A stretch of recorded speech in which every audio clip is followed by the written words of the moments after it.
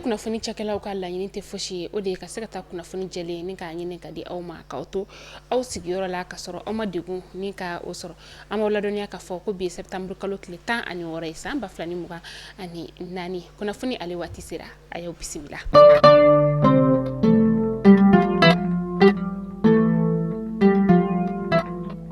Kunnafoni daminɛla bi septembre kalo san 2023 Burkina Faso, Mali ale ni Niger ni jamana saba kɔni jɛra ni ka u bolo ni ɲɔgɔn ma ka Alliance des États du Sahel ni ka o sigi sen kan walasa ka se ka bɛnbati wale tigilamaw ni ka olu kɛlɛ ka bɔ an ka jamana ale kɔnɔna la ka se ka lakana ni ka o sabati. San kelen o kɔfɛ ni jamana saba y'a yira k'a fɔ ko u kɔni bɛna u ka bugunatigɛ sɛbɛn ni o ye passeport biométrique ye ka o sigi sen kan ani ka tila tuguni ka banki ni o ye warimaraso ye ka o fɛnɛ sigi sen kan ka tila tuguni ni ka kunnafonidiso ka o fɛnɛ dayɛlɛ u yɛrɛ ye. O kɔni na sa fɛn min ye Mali ni Burkina ni Niger kɔni ye ni jamana saba kɔni ka bolo di ɲɔgɔn ma ale bɛ ka sinsin ni ka taga a fɛ.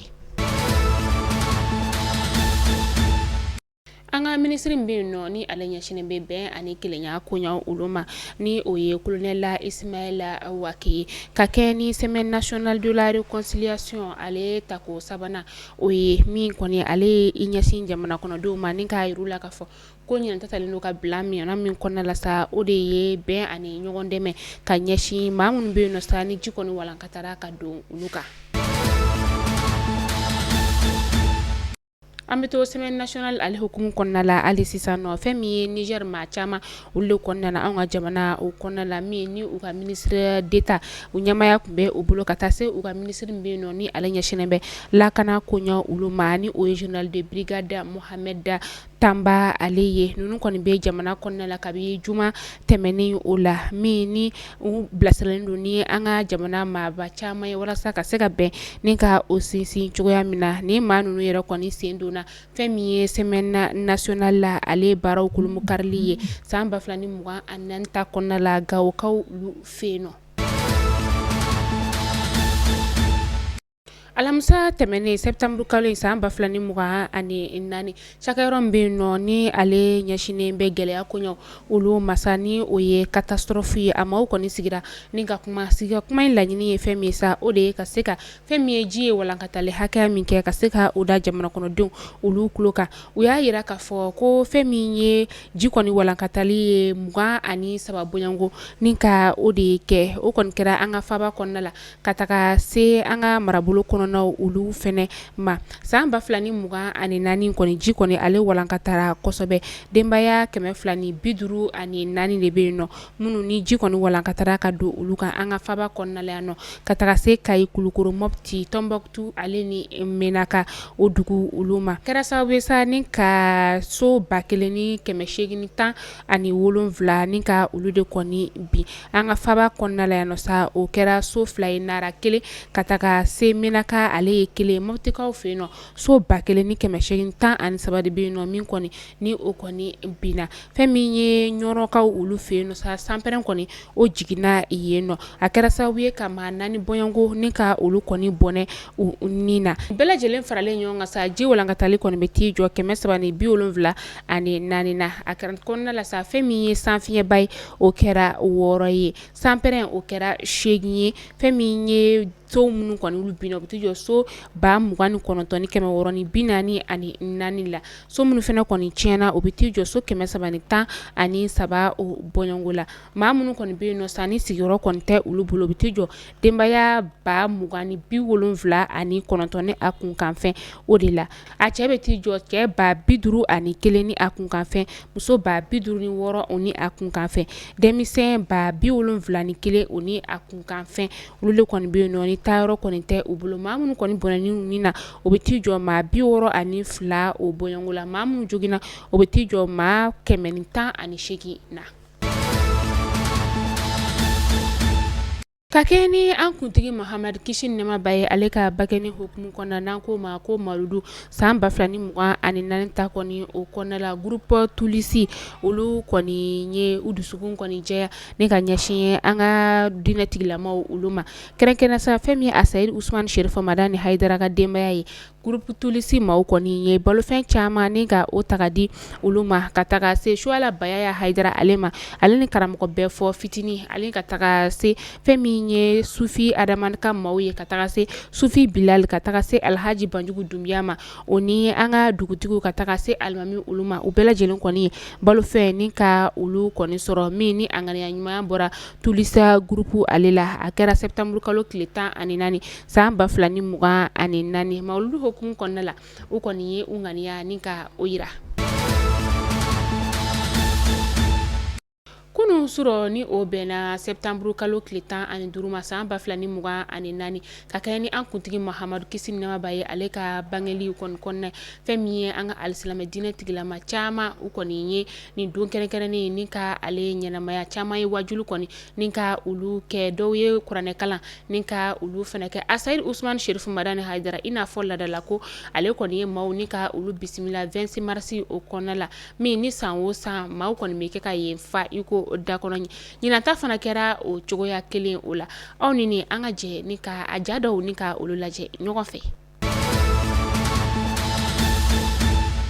Pemi Mali kelen kɔ ni ka camion 3 ka o di mairie du district ma an ka faba kɔnɔna la yan nɔ min n'ale musaka bɛ t'i jɔ $33 o bɔɲɔngo la Pemi Mali ɲɛma ale kɔni ye baara ɲuman ni ka o kɛ ka kɛ ni u ka san 30 ɲɛnajɛw olu kɔni ye sa a ye balofɛn caman min ni ale musaka bɛ t'i jɔ sefa wari $6 o bɔɲɔngo la maa minnu bɛ yen nɔ ni kɛlɛ kɔni kɛra sababu ye ni ka olu bɔ u sigiyɔrɔ la ka na falajɛkaw olu fɛ yen nɔ a ye nin balofɛn kɔni ni ka o tila ni maa ninnu olu ni ɲɔgɔn cɛ.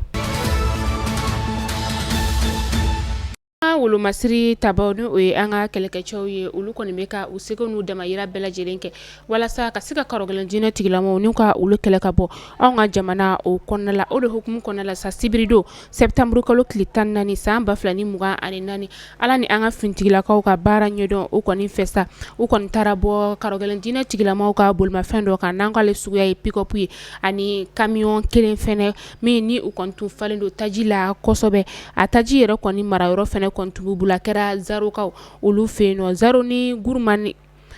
ni Gurumara Rusu ni ɲɔgɔn cɛ kilomɛtiri 30 o bɔɲɔngo de don ala ni dugulamaw olu kɔni ka ɲɛfɔli fɛ an ka fintigilakaw sera ka u tɛgɛ da ni yɔrɔ kɔfɔlen ale kan fɛn min ye an ka fintigilakaw ka ɲɛmaa ye n'u ka état-major général ye a ye foli kɛ ni ka ɲɛsin dugulamaw olu ma ko bɛɛ lajɛlen ka hakili to i yɛrɛ la ko ka tila tuguni n'u ye fɛn o fɛn fɛn min ni ko bɛɛ tɛ u ka fintigilakaw wele ni ka ɲɛfɔli kɛ. Sibirido septembre kalo tile 14 san 2024 sɔgɔmadaɲɛ kaɲa 11 o wagati bolimafɛn dɔ kɔni ni ale bɛ maaw taga taa dugutaga la bingani wale taara ka a sɛgɛrɛ maa marɔfɛntigi lakodɔnbali dɔ olu fɛ a kɛra Paru Sɔnkonbiya ale bɛ Baɲangara o mara la fɛn min ye seerew ye olu y'a yira k'a fɔ ko bolimafɛn yɛrɛ kɔni tun bɛ ka bɔ koro ni ka i kunda faba kɔnɔna kɔni ale de kan min ni maa marɔfɛntigi ninnu kɔni ye tɛgɛ da bolimafɛn ale kan ni ka bolimafɛn kɔnɔmɔgɔ bɛɛ ni ka olu lajigin bolaminɛ fɛn tun b'u bolo u ye a bɛɛ lajɛlen kɔni minɛ u la ka tila tuguni ka u ka bolimafɛn ni ka tasuma don a la ka a jeni maa kɔni ma bɔnɛ a nin na nka bolaminɛ caman kɔni olu tiɲɛna u y'a yira k'a fɔ ko musow kɔni labilala ka taga ko nka cɛ minnu tun b'a kɔnɔna la u taara ni cɛ ninnu ye maa yɛrɛ kɔni ma u ta yɔrɔ dɔn.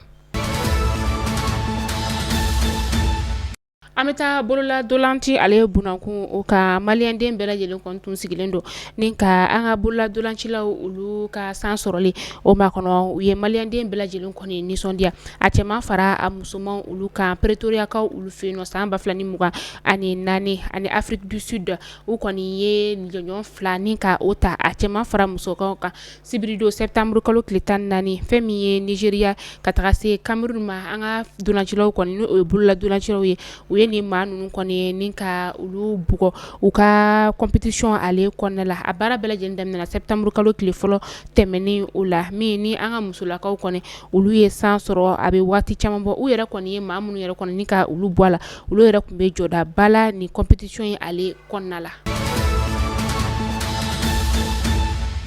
An bɛ taa kɔkan kibaru la an bɛ taa laginɛkaw ka jamana o kɔnɔna la fɛn min ye Gabero Buramana dugu ye ni ale bɛ district sanana ale la kankankaw olu fɛ yen nɔ dugu fila kɔni karila ɲɔgɔn na min n'a kɛra sababu ye ka maa saba ka olu bɔnɛ u ni na ka maa caman ni ka olu jogin fɛn min ye préfet ale kɔni taara ka taa i ɲɛ da yɔrɔ kofɔlen ale kan.